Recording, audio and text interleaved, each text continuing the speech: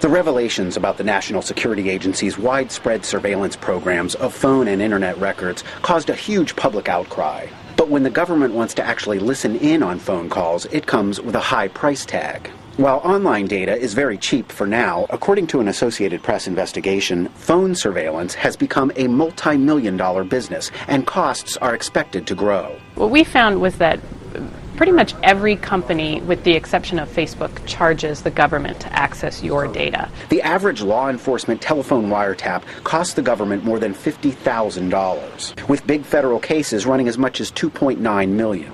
And there are no standard rates. AT&T, for example, imposes a $325 activation fee per wiretap, and then $10 a day to maintain it. Verizon charges $775 for the first month and $500 each month after that. Cricket and U.S. Cellular charge $250 per wiretap. Charging a nominal fee for surveillance is a good thing. It should not be a profit center. Companies should not be making money off of surveillance. Civil liberties advocates actually worry that surveillance might be getting too cheap and support fees as long as they are transparent.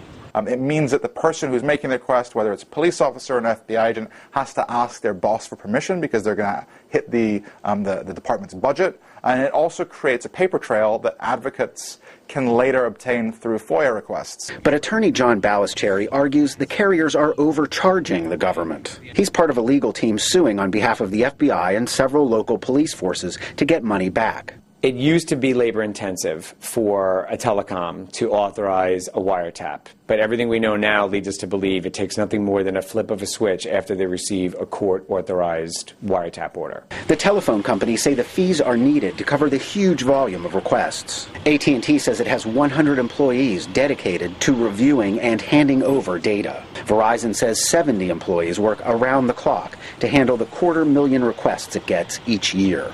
With taxpayers footing the bill, there is a high premium for your data. Ted Shaffrey, Associated Press, New York.